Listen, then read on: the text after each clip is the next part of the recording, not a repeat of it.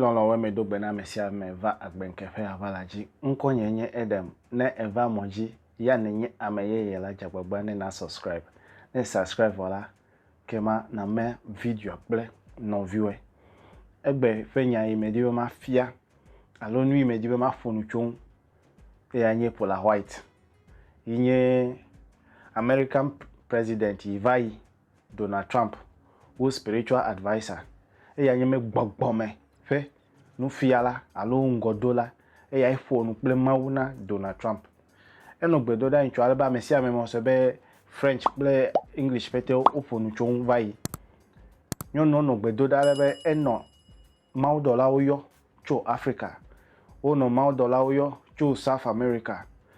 yonye tepe yi ameibo le benova pede yon na yo akpo victory me ko se be edafu la pama vo gbedoda me de ya me dibe ma fonu cho video ile gbedoda me e ya me dibe ma fonu cho gba ne yo vo icho agbale cho va nami tro asi la agbale mi me blobe bibla me yon bibla nyon mi pe sugbole me ti gbe ke vonche sugbole me vo ne yo vo yin agbale cover le gbedoda le 21st century ya me 2020 in fact November ya me ya o to do gbeda yo $1 yo cho ame bonyi gbaji de e ya me dibe mi ape sofo yo le Africa nyi gbaji no gbogbo yo do ku ime me no ba bia ya bia le monji be sofo ne va monji enye sofo ne va monji ne va le gbedoda le Yesu Kristo fe nko yo $1 fe nko yo ne le vision ho me no ba bia se be $1 i de vision fia o ame ibo la Africa e do agbaze he alo ame ibo fe $1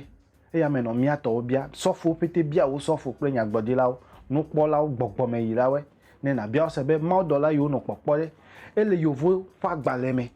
alo ame ibo fa gbale me ole Paula White no gbedoda no $1 oyo be no va pede Donald Trump nwode e yo $1 yo cho Africa gbo na gbogbo re nyeme di ma fonu subo me wo comment de wo le Dr. Mumbi Shoji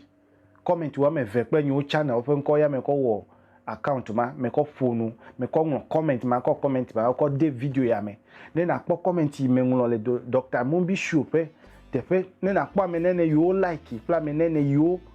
ngu wo reply na le message mate e ata me te npon se la pa ma be ma va moji ma ko fia we ne o che na yidoku yo me na doku obe $1 yo ngun da gbale me yo nye ma hewere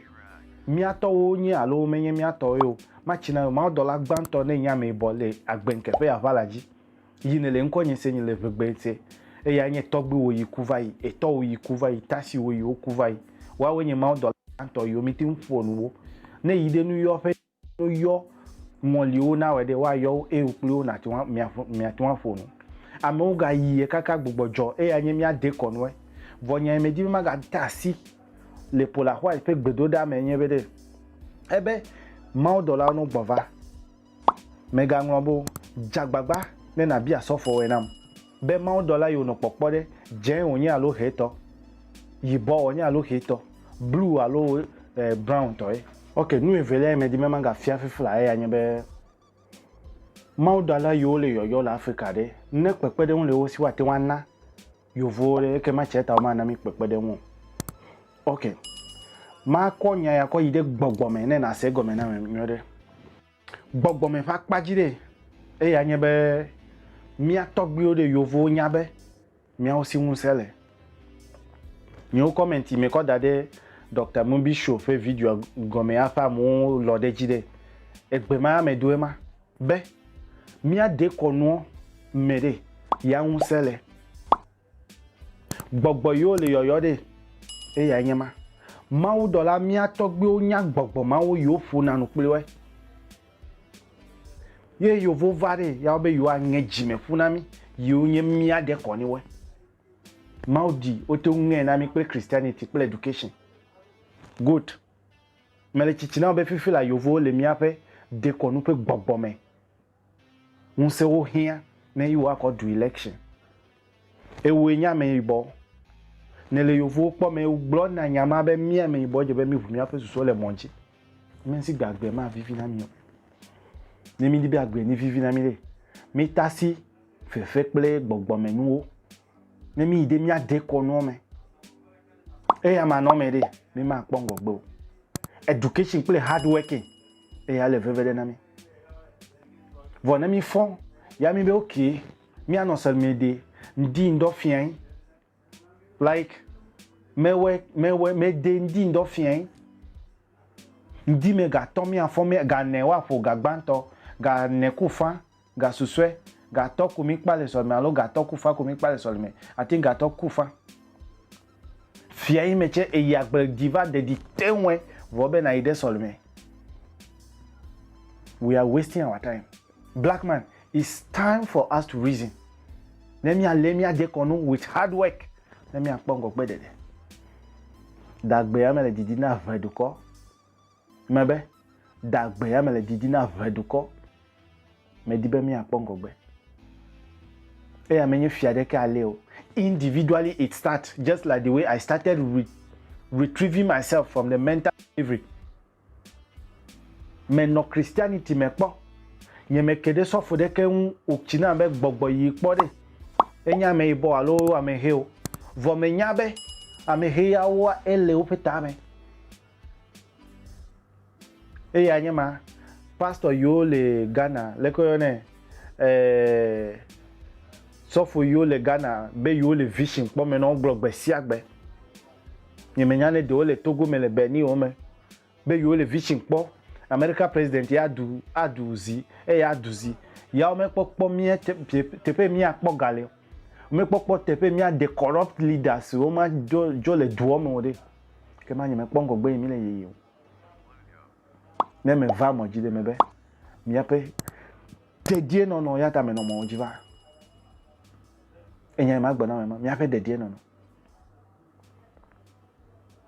enya gbãtɔ me gblɔ nye be Paula White fe mawu dɔla yiwo le yɔyɔ tso le Afrika be no va kpe ɖe yi ŋu ɖe dze alo yibɔ yawo nye evelia me be gbɔgbɔ yiwo le yɔyɔ le gbɔgbɔ me ɖe eya nye mia de kɔnuwo ƒe gbɔgbɔ me woe yiwo dze be mia eveawo mi trɔ yi. If you are a Christian, Paula White is calling for the black angels to come and assist, and those black angels mia de kɔnuwo me ya mia kpɔ le mi ma te ŋu akpɔ ameyibɔ mawudɔla ya ava yi kpe ɖe Paula White ŋu le America ya do agbaze he o ta ne me be ma to nyateƒe na wɔ ɖe mawudɔla wɔ ɖe agbaze yibɔ eya le wo si yiwo tso Africa. Unfortunately mete ŋu kpe ɖe ŋu ne wòaɖu president ye o ale be visa wo mekpɔ visa ne woakɔ yi ɖe duɔ me ya ta me nɔ gblɔ ne fɔ ya ne be mawu ayi ɖe yovo ɖe ƒe dziƒo ɖe o ma kpɔ dziƒo ayi o ne yi kura tse ava zu kuluvi na yovo just like the way we left dzolaƒe va le hustling le yovo ɖe dzolaƒe va le Britain dzolaƒe va le leke yɔnɛ Philippines kple tɔwoe be ne yewoanɔ agbe eya nyateƒe ɖekae nye ma ƒo nu sugbɔ o me be mia de kɔnuwo me ɖe nya nyateƒea le.